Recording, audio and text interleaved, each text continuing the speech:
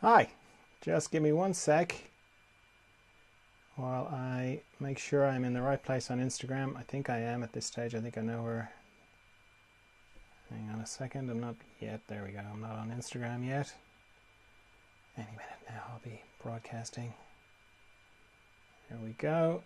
Yes, I'm in the right place. Fantastic. So, how are you?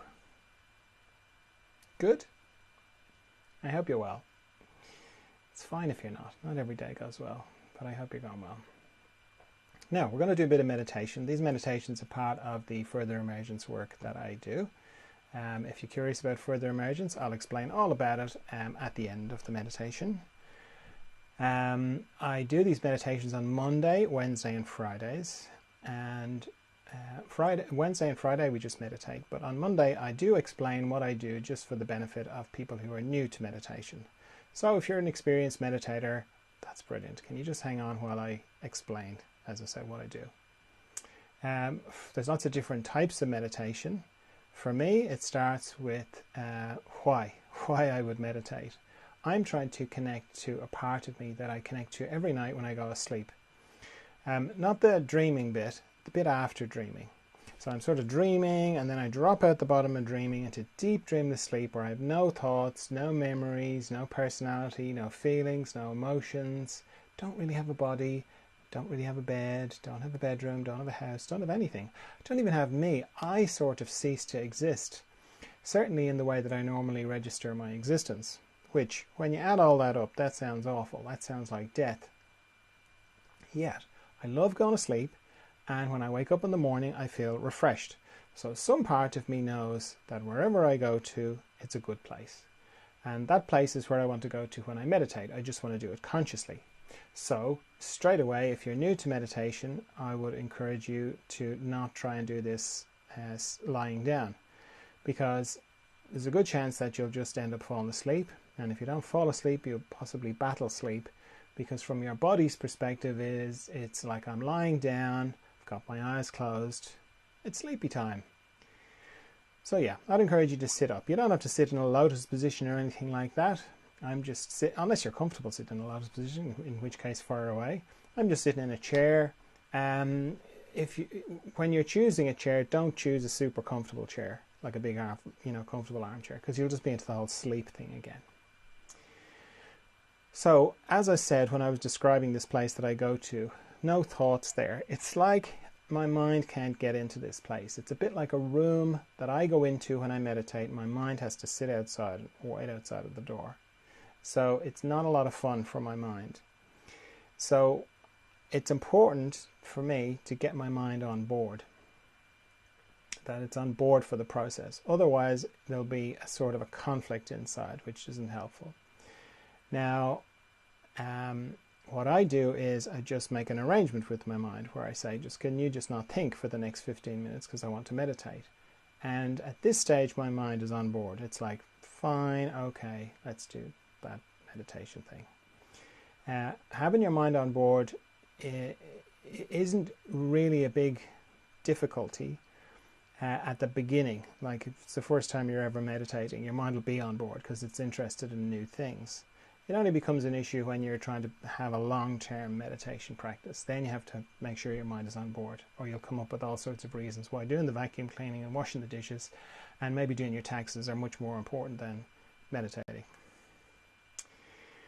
Now, if you're having trouble with that, if you leave a comment, I can read some of the comments on the Instagram. I can't see the comments on Facebook or YouTube, but I will answer them if I can at the end. Okay, so my mind is on board. Great. Next thing is to stop thinking. Now, stopping thinking is easy enough. It's easy enough to stop. The tricky bit is maintaining the silence, where it's stopped. But regardless of what I'm thinking about, which would be the content of my thought, the structure of my thought is always the same. It's always pictures and sound. And sound meaning internal commentary, dialogue, monitoring, that kind of thing. I'm not talking about the external sound, because if I turn off the pictures and I turn off the sound, that's it, I'm not thinking. And as soon as I do that, I'm into the practice of meditation. Now, the practice of meditation runs parallel to the intention of my meditation. So the intention of my meditation is, as I said, to go to this deep, still, profound, calm, Zen-like, peaceful, deep, you know, all those words that I use to describe meditation, to go to that place. And then the practice, as I said, starts as soon as I stop thinking. And generally the practice kind of goes, I'll turn off the pictures, I'll turn off the sound, I'll bring myself to not thinking. Then some time passes and I discover that I'm thinking again. I go, oh, thinking again, turn off the pictures, turn off the sound, bring myself back to not thinking. Then some time passes, I discover I'm thinking again. So I go, oh, thinking, turn off the pictures, turn off the sound, bring myself to not thinking. Then some time passes, I discover I'm thinking again, and so on. It's pretty simple. Every time I discover that I'm thinking, I bring myself back to not thinking. And it's important to know that thinking happens during meditation, because it's really easy to get the misconception that in order to meditate correctly, you shouldn't be thinking at all, which isn't my experience. These two things go together, the practice and the intention, and they sort of weave back and forth. They do a little bit of a dance. Sometimes I'll be very still, sometimes I'll be discovering that I'm thinking. And both are powerful. They're both powerful in their own way. When you're very still and deep, you can feel that in your body. You know, your nervous system starts to rebalance. It's kind of obviously powerful.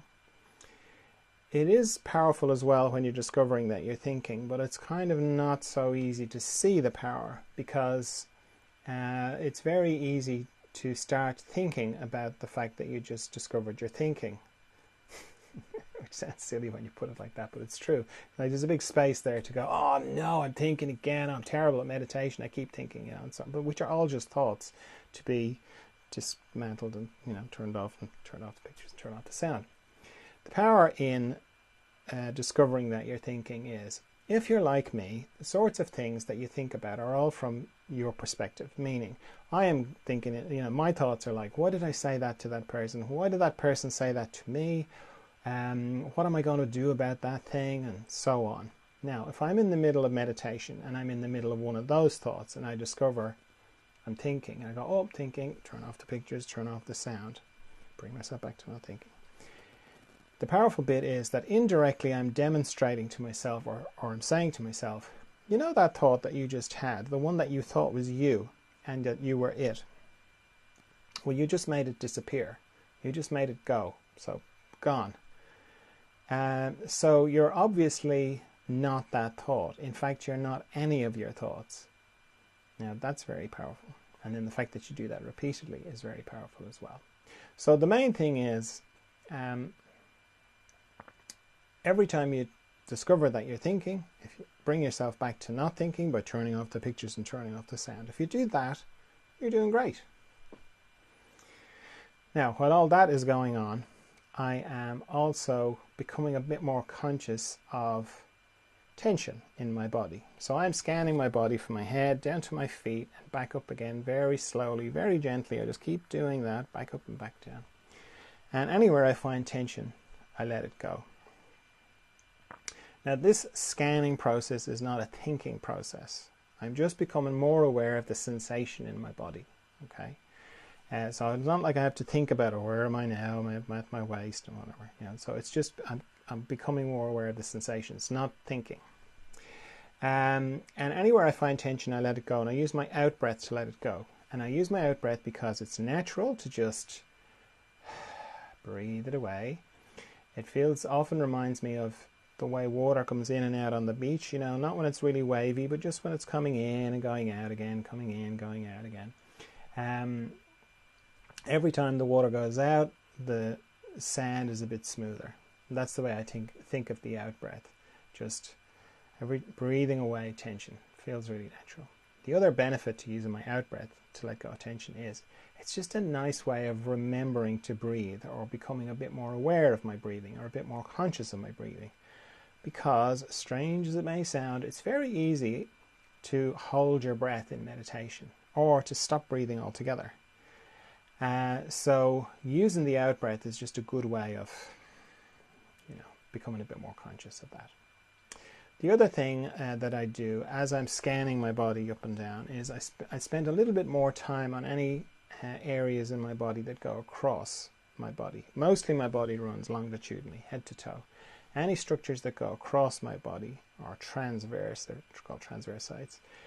They act a little bit like a log going across a stream. They pick up all the leaves and the twigs and the branches, anything that's coming down the stream, except in my body, that's tension. So I spend a little bit more time on my eyes. They're a transverse site, my jaw, my tongue, base of my neck, my shoulder girdle, all my joints, so my shoulders, elbows, wrists, fingers, my heart area, my respiratory diaphragm, all my intestines, my pelvic floor, my hips, my knees, my ankles, and my toes. The other thing I do to help my mind have less things to think about is I set a timer for how long I'm going to meditate. Now I'm going to set my timer for 15 minutes, but I encourage you to set your timer for 5 minutes and then repeat it 3 times if you're new to meditation, because 15 minutes is a long time if you're not used to it. So let's do it then. Okay, so I started my timer. Off we go then into the mystery.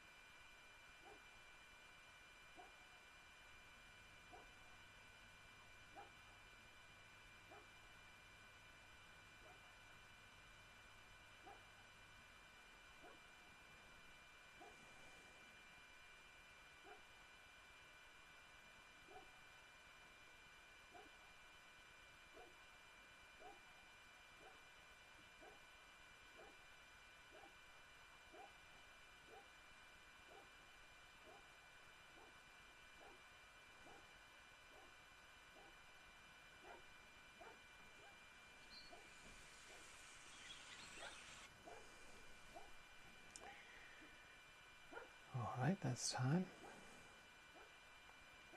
Open your eyes whenever you're ready.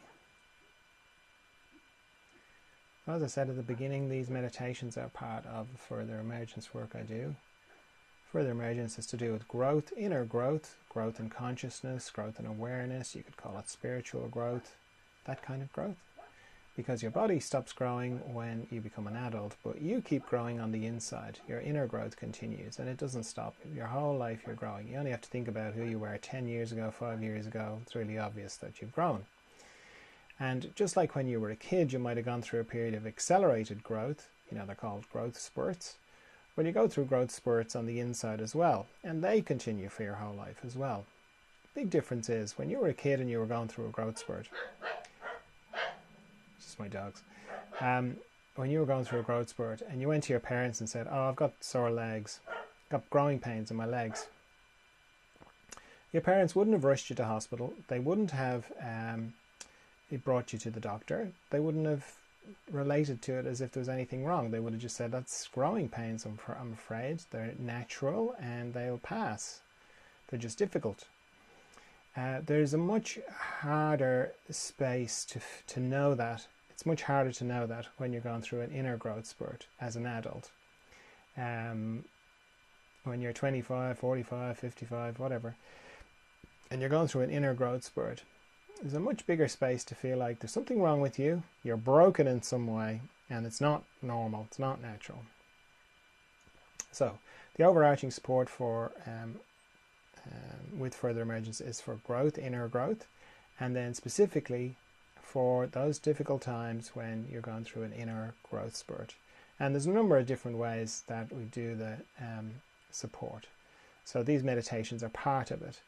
I do these, as I said, on Monday, Wednesday and Friday. And the idea is that the more familiar you are with your inner space, the easier it is to get through these inner inner growth spurts. So there's the meditations. And these are on YouTube as well and on Facebook and Instagram. So lots of places you can watch them afterwards and meditate along. Because there's great power when you meditate together. Even though we're not in the same place physically, it's still powerful to meditate together. Then there's retreats. There's a retreat every month. I just had one on Saturday. And they are more longer, in-depth kind of meditations. They're kind of half a day affairs. And there's a element of it where there's questions and answers and talking and sharing and that kind of thing as well. And the real benefit of that is if you're going through an inner growth spurt, it can often feel very isolating. You can almost overnight go from feeling like everybody understands you, everybody gets you, to the next day nobody understands you and nobody gets you. And you can just feel very isolating. So going along to a retreat is very helpful because you kind of listen to other people and go, "Oh, okay, it's not just me going through this." So the retreats are great, and then there's a podcast that's comprised of audio from the retreats, some interviews as well. I do some interviews on the podcast as well. And then you can watch little bits of them on YouTube, or sometimes I put them on Instagram or Facebook as well, so you can get an idea of what they're like. Then I also do one-to-one work. I work with people directly. That's very helpful because often the way a inner growth spurt manifests itself is very individual to the person. So I've been through it myself loads of times, and I've helped lots of people through it as well. So it's just really helpful to get very specific feedback about your situation and what's going on for you. As part of those, that one-to-one work, I also work remotely with the person's system that I'm working with. Their system being, mind, body, spirit, the whole thing. And I use my kind of craniosacral skills because I've been a craniosacral therapist for many, many years. So I use those skills for that bit. So they're fantastic. And then I also do shorter one-to-one work as well with people who are not interested in consciousness or anything like that. They just want some feedback, want some answers questions. That's more in the kind of life coaching kind of. It looks more like life coaching. It is still to do with inner growth, but it looks more like life coaching. And what else? There's books. I've written 4 books. They're all roughly around the subject of further emergence as well. So there's quite a bit there. And if you're still watching, if you're still with me all the way to this point, maybe some part of you is going, yeah, there's something to this. There's something resonating inside me about this. So I'd encourage you to let that part of you that is, saying to you, yeah, there's something to this. I'd encourage it to. It will tell you what the next thing for you to do is. Whether that's just to keep meditating on, with me along, to get in touch for some one-to-one work, to go to a retreat, to listen to the podcast, to watch some videos, read a book. It'll know. It'll tell you what to do. Okay, so thanks very much for meditating with me, and I'll see you on Wednesday for